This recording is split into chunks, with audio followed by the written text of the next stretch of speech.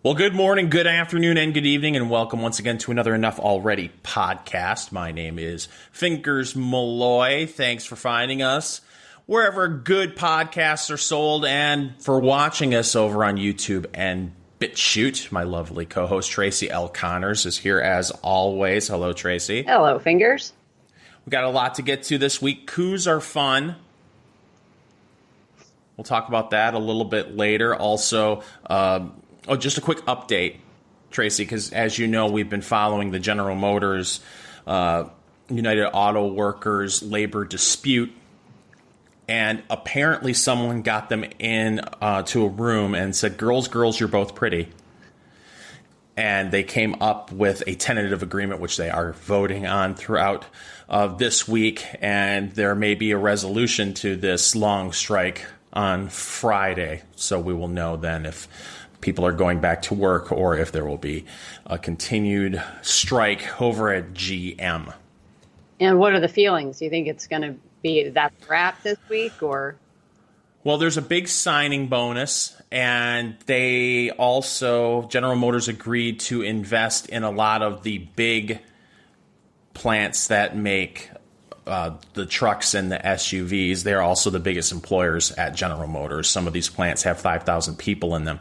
The people who seem to be upset with this deal are people who may not make as much money as the people who assemble the vehicles, but still are United Auto Workers at General Motors. And they work at the smaller facilities, some that used to be Delphi, the warehouses. They're upset. And I could see a lot of them voting no for the deal. But these big plants, like in Fort Wayne, Indiana, in Flint, Michigan, in Lansing, Michigan, in Spring Hill, Tennessee, in Wentzville, Missouri, they have thousands of people working there. And General Motors is committed to spending billions of dollars at those plants. So you may see, they go by the popular vote. There's no electoral Tracy. college in this one? No, there's no electoral college in this. So they go by the popular vote. So you may see that these big plants outvote the small facilities, and this agreement may be voted in. So that's the latest there. We'll know more the next time we do a show. But a lot of things have happened, Tracy. And I think we need to get to that Democratic debate. And poor Uncle Joe had a bad week.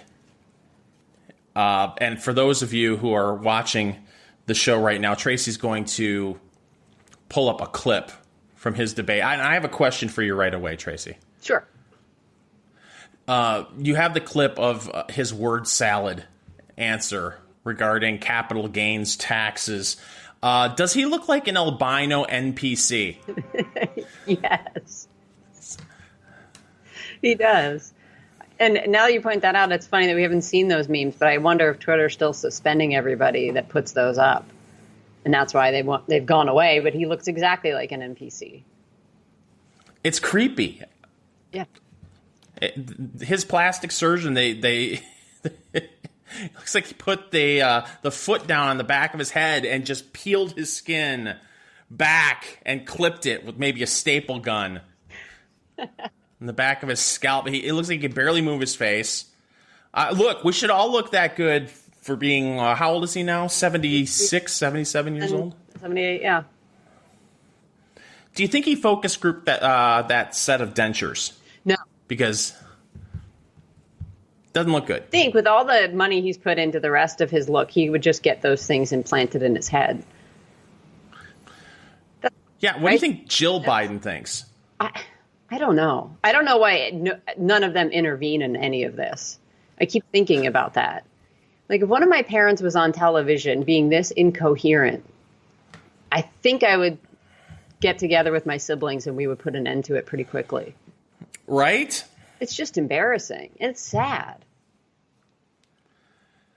This man was one heartbeat away from being president of the United States. Not too long ago. Right. And you see some of these answers. People have been very critical of Saturday Night Live the last few years, and for good reason. They did a pretty good cold opening a couple of weeks ago of the LGBTQ infomercial that I like to call it, and they had Woody Harrelson playing Joe Biden, and it was pretty spot on, even though the voice wasn't there. Other than that, these wild, weird answers that he comes up with, SNL nailed him on it. But so Joe is trying to talk about what he's going to do with the capital gains tax, and he gets rather confused. Tracy, do you have that clip? I do. Here we go. We have to start rewarding work, not just wealth. I would eliminate the capital gains tax. And I would raise the capital gains tax to the highest rate of 39.5%. I would double it. Because guess what? Why in God's name should someone who's clipping coupons in the stock market pay a lower tax rate than someone who, in fact, is we have to start rewarding. And that just goes on a loop. But if you catch that, we got to start rewarding people. I'm going to eliminate the capital gains tax. And then wait a minute. I'm going to put it at its highest rate, 39.4. Then I'm going to double it. And if you're clipping coupons in the stock market, you shouldn't be taking home the money. It's just, oh my God. He actually focus grouped that answer. And that answer actually scored higher than his original answer to that question, which was, why should someone in Smallville clip Cougar coupons with a Groupon on the stock market while all along some fat cat on Wall Street eats cheese off a fancy plate? Is that from the bad lip reading that just came out with that? Oh, is there a bad lip reading? Yeah, they did. Video? His campaign announcement video. They did a bad lip reading of it. It's excellent. Oh, wow. I'll throw that up on the show notes page. Yeah, please do. Well, so he didn't have a very good night at the debate. And for reasons such as that right there, where people are starting to wonder if he's all there. Yeah. If he is capable of being president of the United States, or if he's lost a step or eight. But before the debate came out, the financial report for the third quarter for these campaigns was released. And Joe Biden is not in good shape financially. At least his campaign isn't. So at the end of the third quarter, he only had $9 million in the bank, which I've been told by some people that's not even good for a Senate race. No. You think about it, Beto spent $100 million to lose the Senate race to Ted Cruz. So $9 million is not getting you anywhere. Well, think about this. Race. Yeah, that's amazing. And this is according to CNN. You consider Biden's total cash on hand is less than all of his main rivals for the Democratic nomination, including Kamala Harris, who has $10.5 million in the bank. It's unbelievable. And Bernie's still at the top. Right? $33.7 million. He's going to keep raising money. It sounds like he had a good debate night and also a fundraising night while the debate was going on. Elizabeth Warren is second with $25.7 million on hand. And then Mayor Pete, Tracy, $23.4 million. More than double what Biden has in the bank. Yeah, it's really pathetic. It just shows you that Obama's not helping him at all. Well, and that's interesting that you bring that up, that Barack Obama this week endorsed Trudeau up in Canada and yet has not said much of anything about the Biden campaign here in the United States. I mean, listen, if you are someone who has been in politics as long as Joe Biden, you can expect to not be endorsed by the president, but there has to be a part of him that has to be taking this personally, doesn't he? I mean, when you were the guy for 8 years that had his back, and people claimed that adding him to the ticket helped. Yeah, right. Because he's a distinguished statesman. Yes, he brought foreign policy gravitas ticket. Yeah, right. Oh, but before I forget, that reminds me of my tweet of the week, at least as far as I'm concerned. So Obama announced his support for Trudeau on Twitter, saying, "I was proud to work with Justin Trudeau as president. He's a hardworking, effective leader who takes on big issues like climate change. The world needs his progressive leadership now, and I hope our neighbors to the north support him for another term." And then Michael Malice, the troll of all trolls, responded with, "If you had a son, he'd look like Justin Trudeau."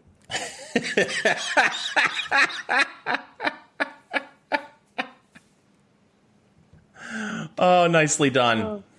Oh, my response was, "Meddle much? I thought we weren't allowed to influence foreign. We don't want foreigners influencing our elections, but we're okay to influence theirs."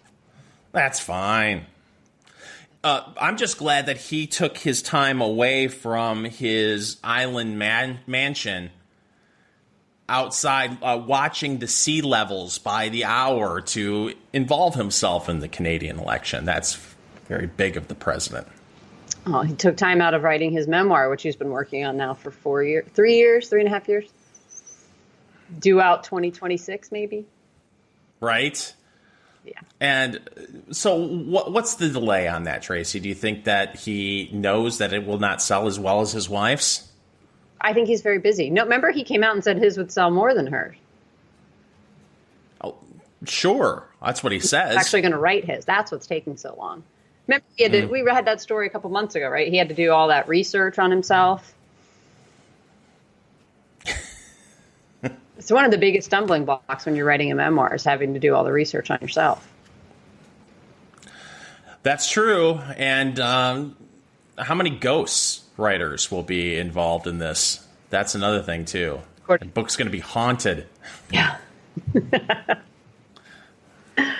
All right. So back to the debate. Now, did you watch any of it? No, I watched. My new thing now during these debates is to just watch Twitter. That seems to be much more enlightening and entertaining than actually subjecting my liver to watching one of these things. But I'm sure you watched it, so I didn't have to. What did you get from the whole thing? Who were the big winners and who were the big losers in the debate?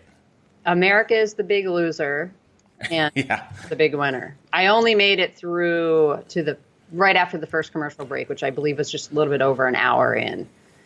Mm-hmm. And if I have to sum it up in a sentence, it's "Make America Bored Again." Oh, it was so bad. None of those people are interesting or exciting in the least bit. So watching that and then contrasting it with what we've lived through for the past, I guess since the man came down the escalator, right? Right. It's exciting and entertaining, even if everybody's on the edge of their seat on the left and freaking out constantly. I enjoy the show, and it's like, do we really want somebody that's so boring and canned? And then Mayor Pete had a pretty good night. This is what the pundits all think, but he just sounds so, oh my God, fingers, like this fake, phony persona that comes out, and he's the real adult in the room. Even though I'm going to make a height joke here because I am a white supremacist, as we all know. He's a peanut. He's going to look so absurd if he's on the debate against Trump. He's such a little dude. But I thought it was really interesting. So, Biden's still ahead of most of the polls, but Warren is gaining on him rapidly. So she's basically seen by all of them as the next one to beat. And boy, did they hit her hard. Harder than anybody went after Biden. You had Cory Booker playing the, "Gee, guys, I don't think it's fair for us to be beating up on good old Joe Biden. He didn't do anything wrong. He's a nice old man." And I'm thinking, Cory, is this you think that Joe's going to win and this is your way to get on that ticket with him? Because otherwise I don't understand it. Let's not beat up on each other. We're all here. We all get along. It's like, no, there's some serious policy differences here that need to be hashed out. And that's what it was with Warren. And Buttigieg went after her pretty hard on her evasiveness with this non-answering on the taxes that are going to be raised to pay for her health care stuff. Because they keep trying to get her to say that taxes will go up, and she keeps refusing, and her answer is just like, costs will come down. No. Bernie was just, yep, it's all going up. Taxes are going up. And she's running on his plan, apparently, is what I've come to understand. So it's just funny to watch her try to play that game over and over again, and it's so not true. Well, a lot of people get their health care through their employer. So they might pay a fraction of that, $20-30 a week into that whole system. But if you're going to tell me that their costs are going to go down, that's a blatant lie. Well, yeah, and you mentioned how a lot of these candidates are boring. The only one who seems to garner any excitement, and it's because she pretty much tore down the entire campaign of Kamala Harris in the previous debate, was Tulsi Gabbard. And CNN, I believe you have the tweet, and I'm probably going out of order here, and I apologize. But, she was going to go after Elizabeth Warren, and man, as soon as she directed her attention towards Elizabeth Warren, you could almost hear coming from the CNN truck, oh, code red, go to a break. They couldn't cut her off fast enough. No, and they, like I said, they went over an hour without a commercial. And so, they can pick and choose when they actually take breaks. So this was totally done. And Tulsi, when she first got to speak, went after CNN and the New York Times for the way they've treated her. Because their narrative is that she's a Russian bot. Which I thought she did a good job. And Andrew Yang is also the only other one that's semi-interesting, I suppose. I find him to be kind of awkward and robot-like, which is funny because he's the robots are going to come take our jobs guy. He seems, it's like his movements are very kind of not fluid. They're kind of jerky, and then he talks kind of like that. And he was there with his little math pin on. I don't know if you noticed that, but he just has his math. Well, that's his deal. I'm the opposite of Donald Trump, an Asian man who likes math. Wow. All right, so let's get to this Tulsi clip. And she's making the point that I first read in a Camille Paglia piece, probably I can't remember if it was when Hillary ran in 08 or 16, but making a point about Americans' hesitations to elect a woman president. And one of the things that Paglia put forward in that article was the idea that our president is also the commander in chief. It makes that decision a little bit different than, say, an Angela Merkel or some of the female leaders you've seen in Europe, where their presidents are not the head of their military. So her suggestion at the time to Hillary was like, go study some military history and learn some things, and then present yourself as someone who's capable of having that responsibility on them. And that's why I've always thought, Tulsi would make a better first female president, or at least more acceptable, because she has served in the military. And so she kind of lays that out and then tries to get Elizabeth Warren to answer what the hell her rationale is for claiming that she should be the head of our military. So here we go. You would be the youngest president if elected. Should age matter when choosing a president? I'm glad you asked, because I was going to say it's not fair to ask these three about their health and their fitness to serve as president, but not every other one of us. I am grateful to have been trained very well by the Army and do my best to stay in shape. But here's the real question I believe you should be asking is, who is fit to serve as our commander-in-chief? This is the most important responsibility that the president has.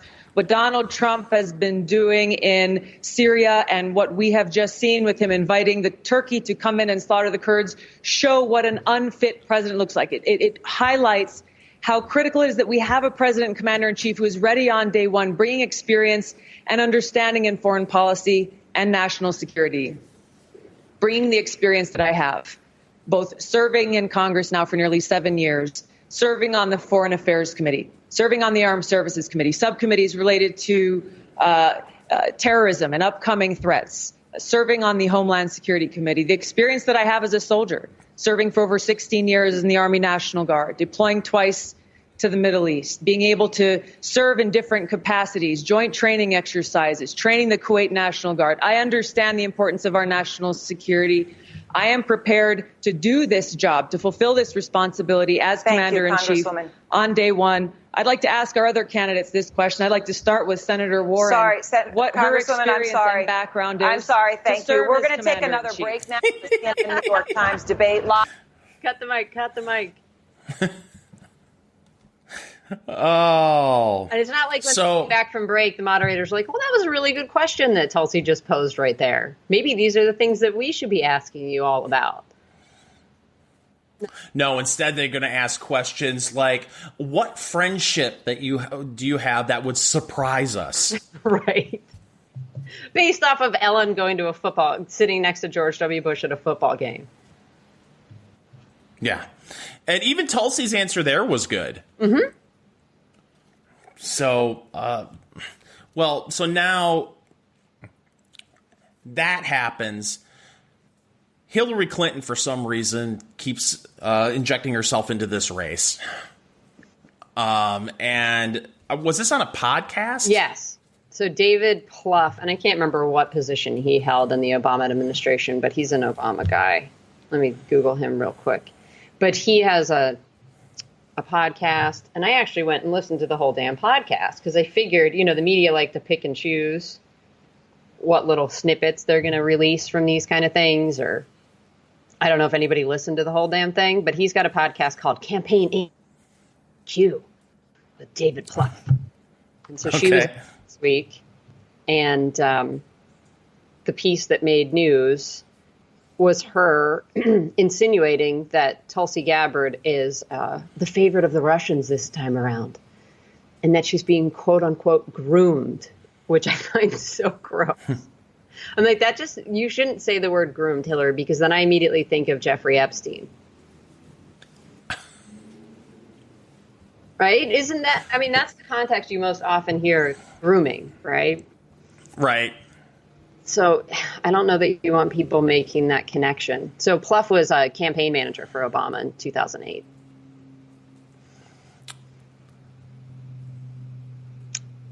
So I don't know why he's working to rehabilitate Hillary Clinton's image, but that seems like this. And we want to get her expertise. The whole point was that he was having her on to talk about how to take on Donald Trump because she has experience with that.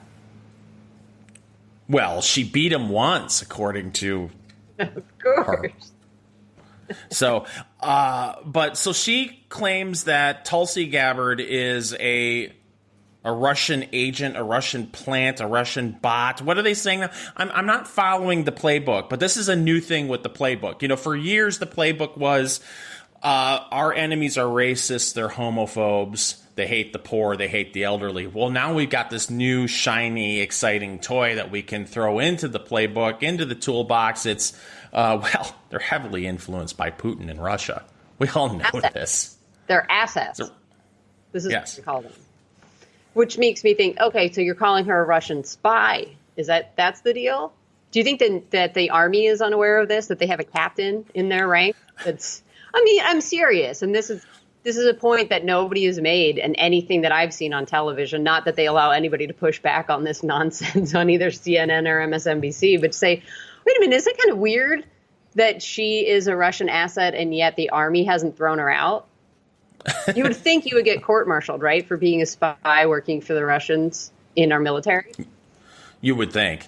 So this is from Mediaite covering this whole back and forth, because it starts with this Hillary thing on Plouffe's podcast, and then Tulsi comes after her later on Twitter after the story makes the rounds. But here's what Hillary said in the interview of the Russians. She says, quote, I think they've got their eye on somebody who's currently in the Democratic primary and are grooming her to be a third-party candidate. She's a favorite of the Russians. Okay, so she doesn't use her name. And then she also did slam Jill Stein again in that interview, in the sentence, oh, she's clearly an asset, Jill Stein, because she went to a dinner once and sat next to Putin. It was the same table that Michael Flynn was at, which also proved that he was a Russian asset. So wow. Yeah. So Tulsi responds to Hillary on Twitter, and she says, great. Thank you, Hillary Clinton. You, the queen of warmongers, embodiment of corruption and personification of the rot that has sickened the Democratic Party for so long, have finally come out from behind the curtain. From the day I announced my candidacy, there has been a concerted campaign to destroy my reputation. We wondered who was behind it and why. And now we know it was always you, through your proxies and powerful allies in the corporate media and war machine, afraid of the threat that I pose. It's now clear that this primary is between you and me. Don't cowardly hide behind your proxies. Join the race directly. Ooh. Yeah. I agree with her. Stop sniping from the sidelines and get in this, old lady. Right?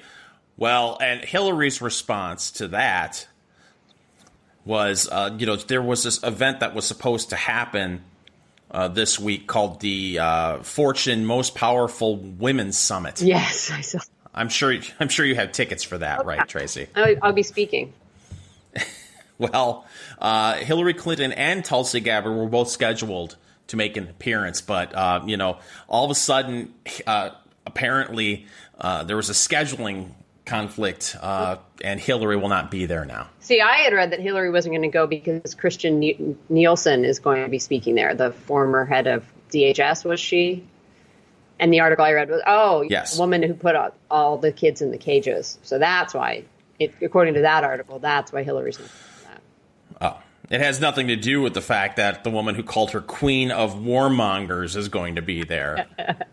Right. But so as far as I know, she hasn't responded herself, Hillary, directly to Tulsi. But her spokesperson did respond on Twitter, or responded somewhere else. I don't know where the hell this happened. But Clinton spokesperson Nick Morrell responds to Gabbard's response/thread, quote, divisive language filled with vitriol and conspiracy theories. I can't imagine better proof point than this. So I don't understand what the conspiracy theory is that Tulsi has supposedly put forward. And then just to gloss over the fact that it's a giant conspiracy theory that the Russians have been grooming an army captain, congresswoman. And why does Grammy Gin Gimlet need a spokesperson anymore? Can someone explain that to me? Well, obviously because she shouldn't be speaking for herself. No, I mean, the rest of this interview was pretty stunning. So, of course, it's not, we don't really get into why she lost, except for saying that there was huge voter suppression fingers. The Russians and WikiLeaks and Donald Trump combined to convince black people in Michigan not to vote. That was the subtext, not a direct quote. And the Republicans are out to do it again. And she's very worried because Trump and the RNC have raised a shit ton of money. Like, if you're looking at Bernie Sanders, he raised $33 million in the last quarter. Yeah, they raised like $100 million. So she's like, we're going to be out. She said this, outspent, outlied. And I was like, fun one. We're going to be outspent and outlied in all these states. She said they're going to put money into Oregon. And that's concerning. It's like, well, maybe they can be competitive there. They think they can be. Remember, this is a woman who thought she should go to Arizona in 2016 and not go to Wisconsin. Right. So she's worried that they're going to make them spend resources. And she said, Oregon, we pretty much, that's pretty safe for us. And they can't really do a lot with the voter shenanigans because that's vote by mail. And that's very hard to tamper with. It's like, oh, really? That's the easiest place for you guys to run your vote fraud scams. Vote by mail. I mean, I have liberal family members that live there, and they believe that. Oh, it's the safest way to do it. It's just vote by mail. Are you kidding me? Yeah, that's what cracks me up when we hear about people that are championing internet voting. It's like, yes, that's a fantastic idea. Why don't we vote by phone, too, and make the whole thing like American Idol? Might as well be. It really should be. But yeah, I mean, she's still out peddling theories. Nobody's investigated the amount that the Russians actually interfered as far as votes are concerned. But we know that there was something going on in Florida. We know XYZ. And then the gall of this woman to call anybody a conspiracy theorist is just unbelievable. Well, I mean, what was the talking point for at least a year? It was the Russians hacked our elections. Mm-hmm. They were trying to make the American people believe that there were people in the basement of the Kremlin hacking into our electronic voting machines and changing votes. They convinced her. Who needs a conspiracy theorist? Believes this. Yeah. And so I often wonder when she makes an appearance like this, if there's still a chance that she enters the race. I hope so. How much fun would it be to get to beat her at the ballot box one more time?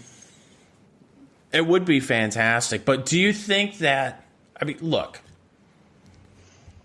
she talks about voter suppression. There was voter suppression. It was the Clinton campaign.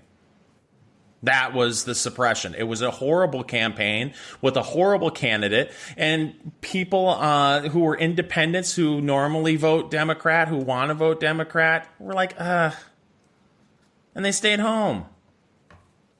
And between that, the shenanigans they got up to in the primary election. There's a whole documentary, I want to say the Young Turks did it, about the shenanigans that happened in California, basically stealing that primary from Bernie Sanders.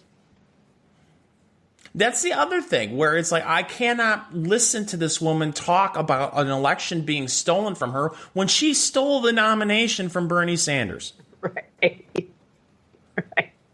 No, it's truly unbelievable. And that goes to the Tulsi thing again. I can't remember where I was reading, I got real caught up in the back and forth between the two camps. I just thought it was so amusing.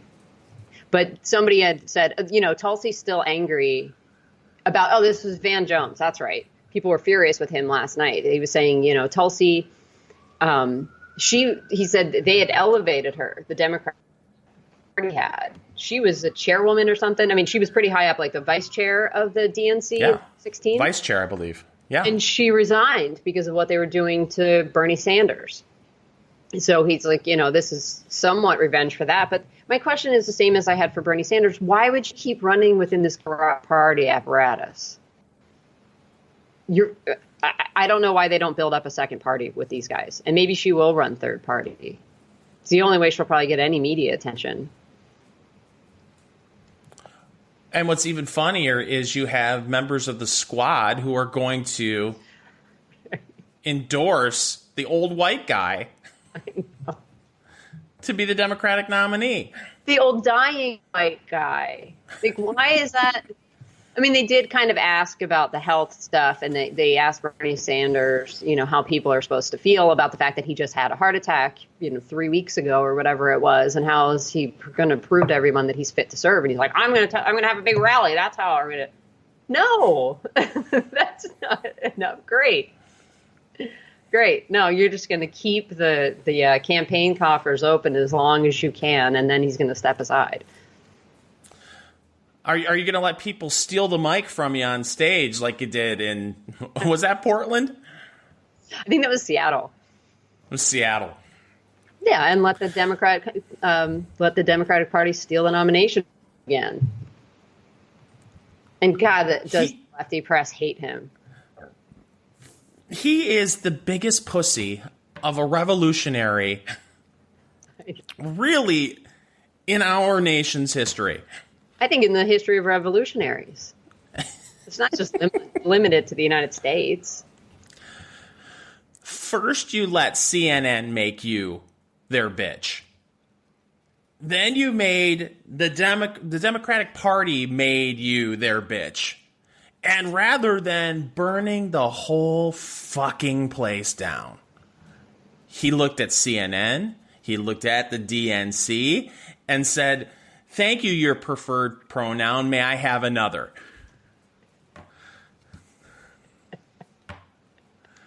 Well, and none of the moderators had the guts to ask him if he faked a heart attack to get out of that awful town hall.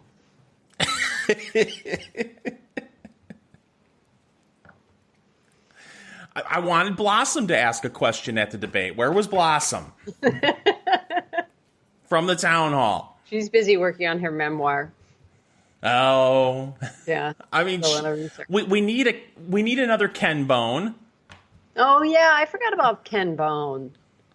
Maybe the Republican for the actual debates. The only reason why I remember Ken Bone is because, we're at that time of year, Halloween, the best holiday of the year. of course, Tracy, is Halloween because all of you ladies out there like to channel your inner tart and dress like hookers. And as a red-blooded American male, let me tell you, that's fantastic. And this year there's a sexy Fred Rogers costume. Of course. But a couple of years ago, there was sexy Ken Bone. I don't know if you remember that or not. It's almost the same outfit, isn't it? Pretty much. You got the sweater. Wearing like a red sweater with a tie on underneath. So is that all you wear? Is just a red sweater and a tie and no pants? Either no pants or the schoolgirl checkered short skirt, I'm guessing. I don't know. But, yeah, sexy Ken Bone. So Blossom could be Ken Bone this time around. We need to work on that. We need to get Scam Pack on that. All right. Oh, by the way. Yes. Speaking of Scam Pack, so I have a domain or two up for sale right now. Mm-hmm. And, all the tech people don't hate me. I use GoDaddy. And part of GoDaddy, they have a domain, a portion of their site that will estimate how much your domain is worth. Mm-hmm. Scam Pack. Yeah. The domain we own. Could get a little green if we sell it. Just saying. Well, we better do something with it then. Yeah, no kidding. We should do something. And again, I think that we need to come out with a campaign 2020 ad for Scam Pack where it's just a shot of the both of us walking towards the camera at different times saying we are just in this so we can raise enough money to buy a beach house. I'm with that. We're not going to lie to you about how we want to change the country for the better. And we aren't going to advocate for a candidate. We just need a beach house. That's all. Donate to Scam Pack. We need to work on that, Tracy. We need to get our best people. The best. So, I mentioned earlier, coups are fun. Yes.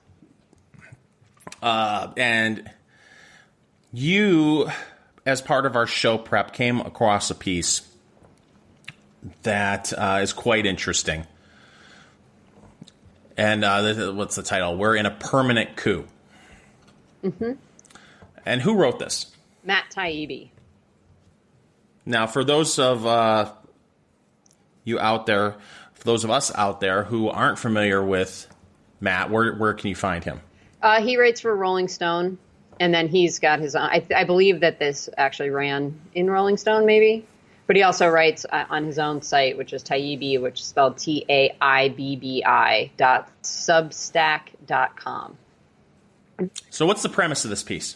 So the premise of this piece is that he's been a reporter for a long time, and growing up, his father was a reporter as well. So he's been around the news business his whole life. I'm guessing he's either in his late 40s or early 50s would be my guess. And he's one of the lefties that's intellectually honest and can step back and not get caught up into the hysteria. They didn't believe the Russia conspiracy nonsense, thinks that there's something going on with the Bidens that should be looked at and isn't on board with impeachment. And so this was kind of like his way of talking to his fellow lefties and saying, yeah, I don't really know that you guys have thought through what this actually looks like to overthrow a democratically elected president just because you don't like him. So he starts out by saying, I've lived through a couple of coups. They're insane, random, and terrifying, like watching sports, except your political future depends on the score. He says the kickoff begins when a key official decides to buck the executive. From that moment, government becomes a high-speed head-counting exercise. Who's got the power plant, the airport, the police, and the Capitol? How many department chiefs are answering their phones? Who's writing tonight's news broadcast? He says, when the KGB in 1991 tried to reassume control of the crumbling Soviet Union by placing Mikhail Gorbachev under arrest and attempting to seize Moscow, logistics ruled. Boris Yeltsin's crew drove to the Russian White House in ordinary cars, beating the KGB coup plotters who were trying to reach the seat of Russian government in armored vehicles. So, you know, he's lived through these kind of things and is just saying, wake the hell up. Like, this is not something that we want to experience here at all. It's not a fun thing. It's not a game. And this is getting really scary. And he points out, like, from the beginning of the presidency, even before he's president, he says the first big shots were fired in early January 2017 via a CNN.com headline. Intel chiefs presented Trump with claims of Russian efforts to compromise him. So this tale about the January 7th presentation of former British spy Christopher Steele's report to the then President-elect Trump began as follows. Classified documents presented last week to President Obama and President-elect Trump included allegations that Russian operatives claimed to have compromising personal and financial information about Trump. Multiple U.S. officials with direct knowledge of the briefings tell CNN. So he says the four intelligence chiefs in the FBI's James Comey, the CIA's John Brennan, the NSA's Mike Rogers, and Director of National Intelligence James Clapper presented an incoming president with politically disastrous piece of information. In this case, a piece of private opposition research report. So he goes on to point out that if this had happened to Obama, everybody'd be losing their minds. And now all those four guys have television contracts, so they're sitting on TV, spinning their tales. It's obvious that the intelligence agencies are not pro-Trump in the least, and they're doing whatever they can to undermine his presidency. And this is just, it's not somewhere we want to be at all. And nobody on the left seems capable of comprehending how dangerous this actually is and how scary it would be if they succeed in this. Well, because their cause is just, Tracy. They're going to get Orange Man bad out of the White House. Mm-hmm. And what was it? Your favorite show on Saturday morning on MSNBC? AM Joy? Yes. Yeah. I believe it was AM Joy a few weeks ago had a panel discussion about impeachment, and they said that the real road to eliminating Orange Man bad was to go after Mike Pence first. You get rid of Mike Pence, then you get to Trump and say, listen, the best path for you is to step aside and let Nancy Pelosi be president of the United States. As though if you got rid of Mike Pence, the president couldn't pick someone else to take his place. It was, you get Pence out of the way, then you can go after Trump, and then Nancy Pelosi will be president of the United States. The crazy theories. The crazy Orange Man. To them, in their world, she seems like a more stable, reliable leader, huh? And she's a stable genius. Yeah, she is. But look, that's what's so frightening is, well, it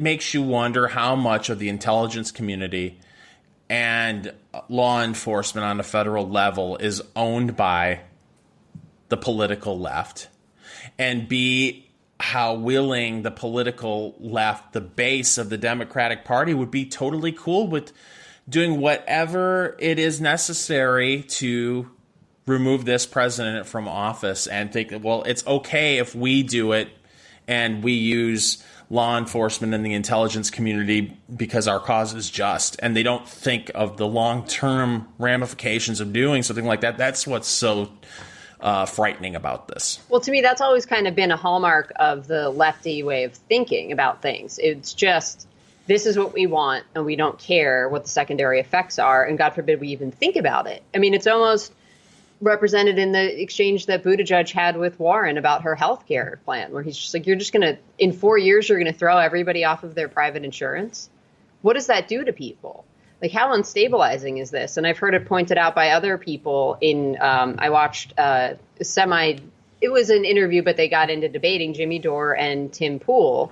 And you have stolen his look this week, Fingers. I just need to point that out. Oh, thank you. And these are two lefty guys. And they were debating whether we should have Medicare for all, or what Pete Buttigieg is just talking about, Medicare for all who want it. And Pool's position was that he agrees with Buttigieg. And he stepped back and said, look, this would be, you don't know how many people work in the healthcare delivery system. It's, talking about insurance providers and all this kind of stuff. It's a huge number of people. You're just going to put them out of work tomorrow. What does that do to our economy? And there's really no good answer for that. What are they going to learn to code? You're going to get us kicked off YouTube for saying that. Look, the other thing, too, that is comical, and it's going back to the United Auto Workers strike at General Motors, is you have all of these unions with these Cadillac plans, these Cadillac healthcare plans that, they've been supporting the Democratic Party for years. How happy are the rank and file members of these unions going to be if we go Medicare for all, and those Cadillac plans that they negotiated and have held on to for years are suddenly gone and they're part of Medicare for all? I think there are going to be a lot of upset union members. Yeah, and I wonder how much they're paying for those plans out of their own pockets. Well, I mean, at the General Motors level, during the negotiation for the United Auto Workers contract, General Motors wanted the union to pay 15%.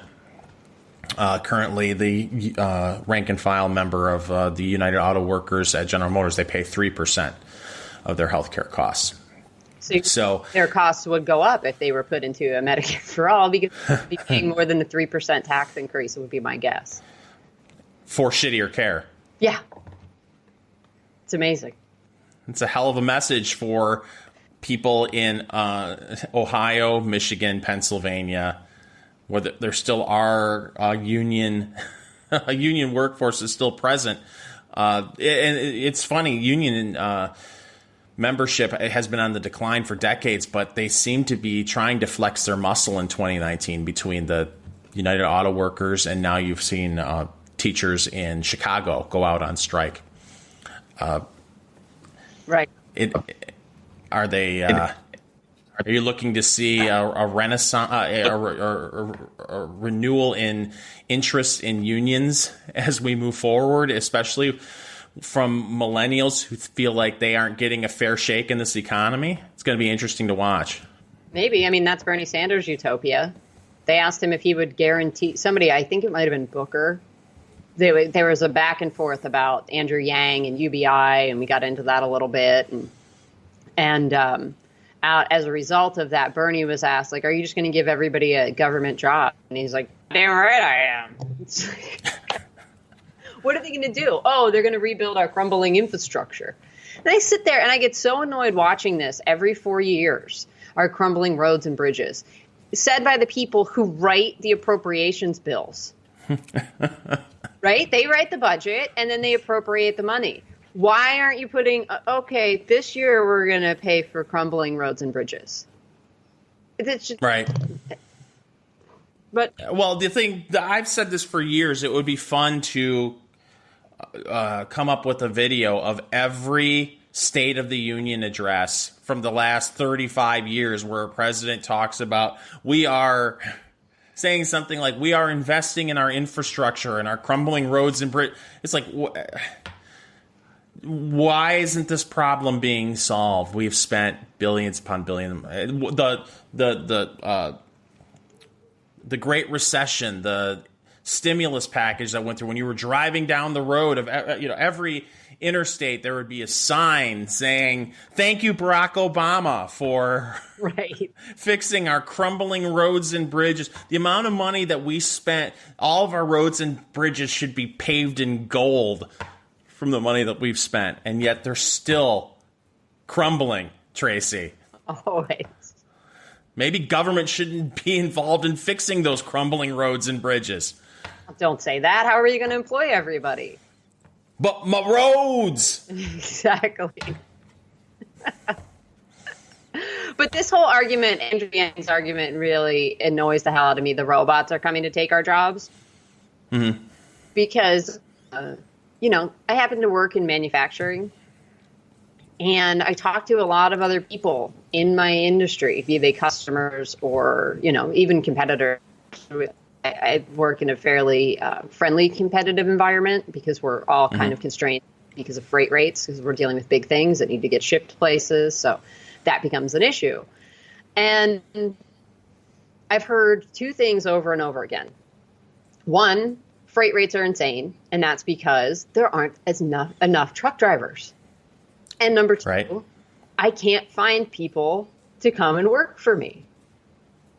So where the hell are these robots? It sounds like there's a lot of jobs that could be taken up right now by these robots. So I'm a little bit confused by this doom and gloom. Like nobody's going to have a job tomorrow. It will be tomorrow, too. I mean, you look at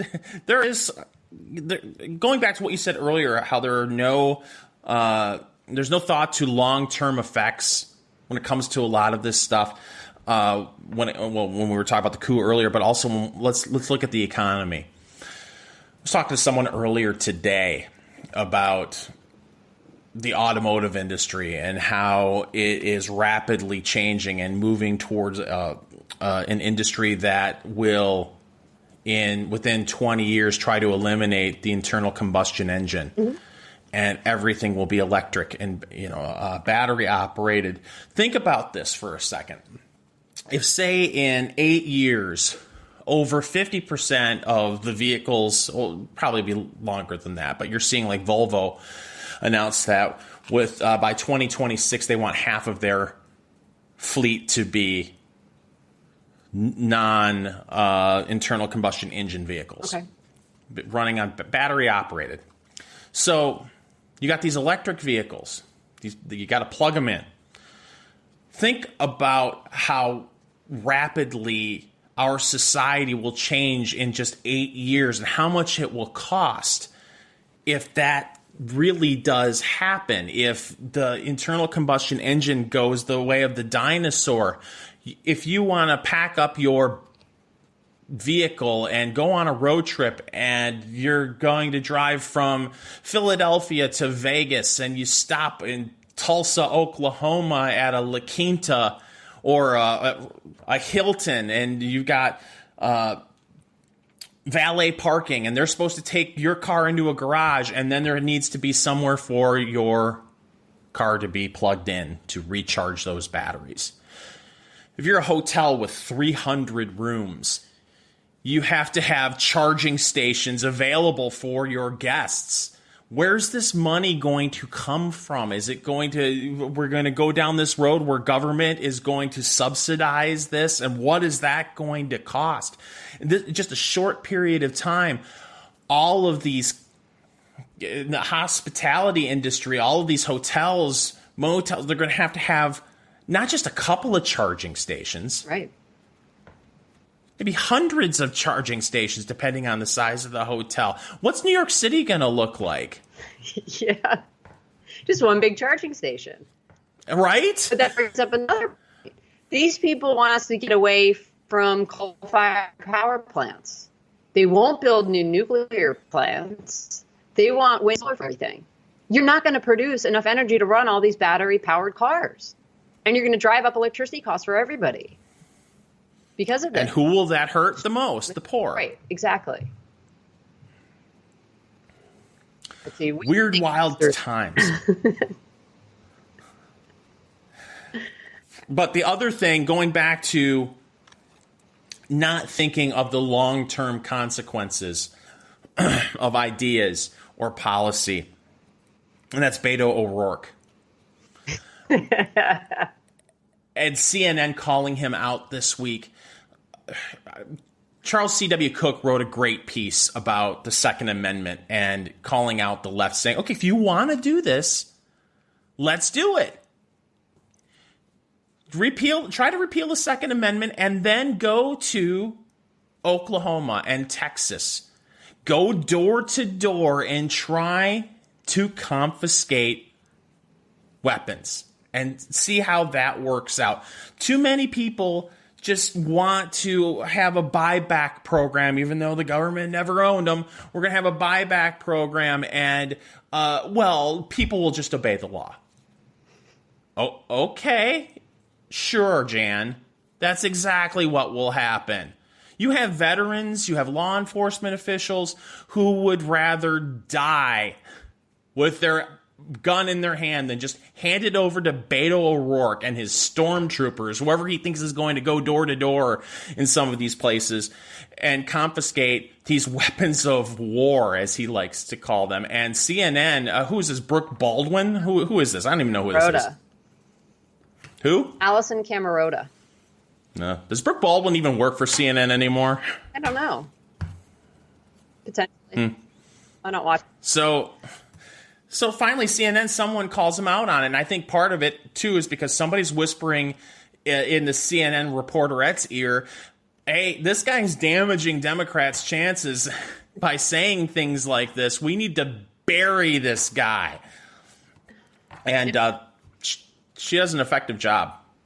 Yeah, she does. And this was interesting to me because you see every time that there's a shooting, we have this massive debate about this on all media.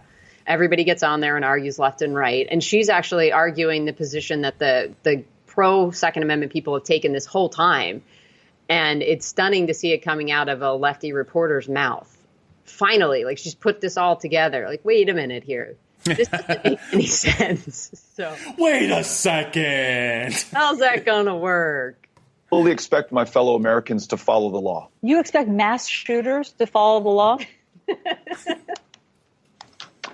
Our fellow Americans will follow the law, yes. And mass shooters don't follow by definition. The mass shooters in Parkland, in El Paso, I could go on for 10 minutes.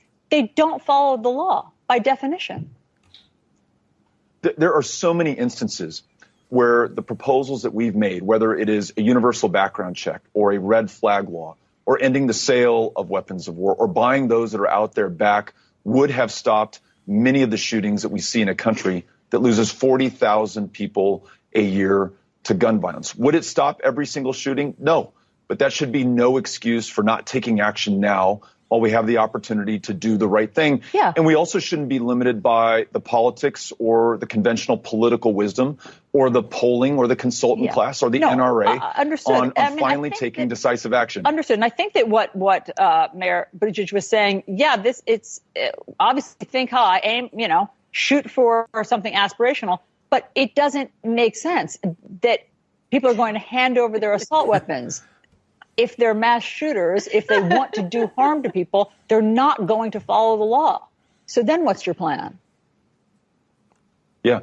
So I don't know that you make any law or stop making any law because you fear that some people will not follow the law in any part of American life. And so, yes, if somebody has an assault weapon, a weapon of war, and poses a danger to people in their lives or people in their community or people in our lives, then we're going to stop them. And meaning what? You're going to go to their house. Just tell us how it works. You're going to go to if somebody doesn't voluntarily hand over their assault weapon, you're going to go to their house, and then what? If we pass this, then I expect our fellow Americans to follow the law. And this is not speculation. We've seen other countries do this, like Australia, that have seen a significant decrease in law. Law-abiding people follow the law, but our problem is with mass shooters who don't. What are we going to do? We're going to Waco those bitches. That's what we're going to do. Exactly. He can't say that. But I really wonder, could you think that you could get law enforcement to enforce such a law? I've already, and of course you don't know if this is true. Because it's the internet, but I saw a few people who claim to be law enforcement officers on Twitter saying, well, I could tell you right now, I'm not going to help enforce that law, and I may even help my neighbors get around the law if you send federal agents in. And you've seen a movement of different sheriffs get behind a similar thing to the sanctuary city movement in America with illegal aliens, except with the Second Amendment. They were going to be sanctuary cities sanctuary counties for the Second Amendment, where they will not enforce any gun laws that they feel are unconstitutional. So again, now what? Now you got the county sheriff saying we're not going to confiscate any of these weapons. What are you going to do then, Beto? Well, we expect our fellow Americans to follow this. At some point, when you first played that clip, and I encourage everyone to go watch that clip if they aren't watching us right now on BitChute or YouTube, you could almost see an invisible broomstick nudge him in the back of the head to come up with something other than, we expect our fellow Americans to obey the law. He was like, oh shit, she's actually pushing back. I wasn't expecting that. Not trained. Programming not set up to deal with pushback. And it's amazing considering that he's been arrested twice. That's true. Should have been arrested for that shitty band he was in the 90s. But I wonder, does he have more money in the bank than Biden? You know, that's a good question. I didn't see, unfortunately, they didn't mention him in the piece I was reading over at CNN because they want to bury his campaign as soon as possible. I mean, this has been the argument for a long time. The right has been saying they want to take your guns. And the left is, oh, we don't want to take your guns. And then Beto comes along and says, we're gonna take your guns. And then everyone in the crowd stands up and cheers, like Oprah just told them they're getting a car. Right. So I don't know how much Beto has in the bank. How much Beto bank? I try to search it, and it's just like Beto's not talking about his fundraising. The stories that I'm seeing. We don't know how many Beto bucks he has. No. Well, there's that. Well, we're an hour in, Tracy. Do you have anything else you want to talk about? No, I think we can wrap this one up. Remember, you can catch the Enough Already podcast where all great podcasts are sold.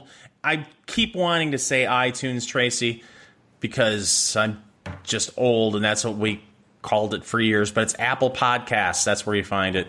And we're on several Android platforms. Check out SoundCloud. And then, of course, go over to BitChute or YouTube to watch the video version of this podcast. And you can find all of my other stuff over at Facebook.com/FingersMalloy Radio and catch the Snark Factor Sunday mornings on Wham Talk 1600 AM 92.7 FM. That's in Ann Arbor, Michigan, and on the World Wide Web. Tracy can be followed on, Twitter at Tracy Lee Connors. It's just the L. Tracy L. Connors. Yes. So follow her there, and you can catch everything Enough Already on our website, enough-already.us. Final thoughts, Tracy? Beto makes me want to go buy an AR-15. Well, they did there was a gun store either in Texas or in Arizona, I think, who had the Beto special. Oh, yeah. And they sold out, right? Rapidly, yes. The Beto special, which I thought would be a crappy cap like I'm wearing and a bass guitar, but that's not what it was. No. It was an AR-15 and something else I can't remember. But he makes me want to go and get an AR-15 too. Well, that's it for this week. She's Tracy. I'm Fingers. We will be back soon with an all-new Enough Already.